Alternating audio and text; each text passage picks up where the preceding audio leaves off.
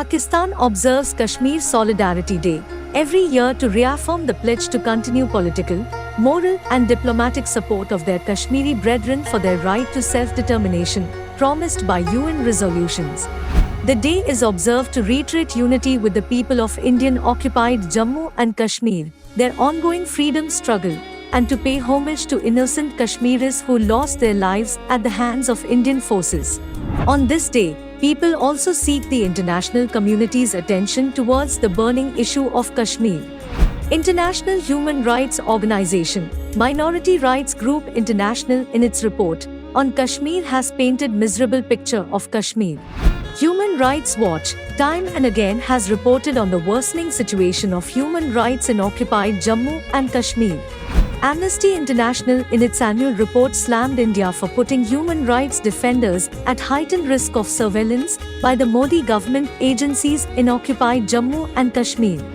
The International Committee of the Red Cross had been forced to stop its humanitarian works in the erstwhile state of Jammu and Kashmir ever since 5th August, when the Indian government stripped the region of its political autonomy. International Committee of the Red Cross in its report disclosed Kashmiris inmates faces torture and sexual assault. Over 1 million brute Indian forces have turned Kashmir into a living hell. They have killed 96,163 Kashmiris in cold blood since January 1989. Indian troops have raped over 11,256 Kashmiri women during past 3 decades. The discovery of thousands of unmarked graves is another painful story of Indian crimes in occupied Jammu and Kashmir. These are graves of those innocent Kashmiris killed in fake encounters by Indian forces. This is not a conflict frozen in time.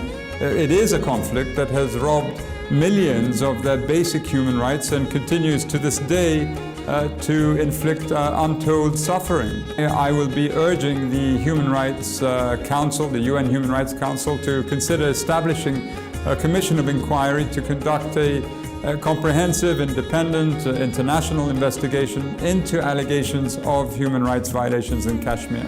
The Kashmir issue has always been the cornerstone of Pakistan's foreign policy since its creation.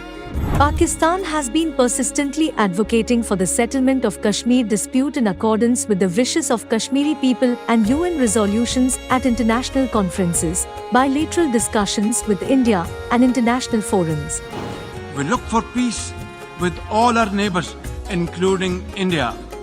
Sustainable peace and stability in South Asia, however, remains contingent upon a just and lasting solution of the Jammu and Kashmir dispute.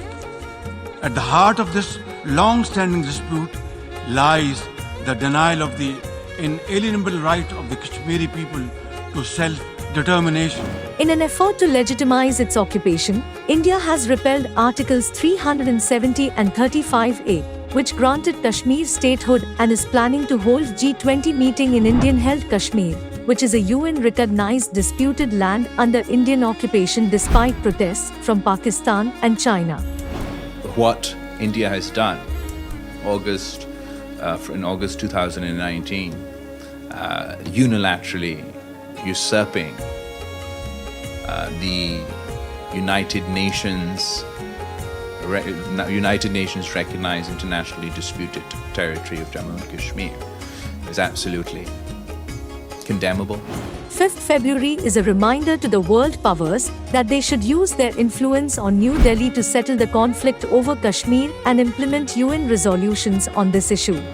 The UN General Assembly has adopted an annual resolution on universal realization of the right of self-determination that draws international attention to the plight and the right of self-determination of peoples subjected to colonial, foreign and alien domination.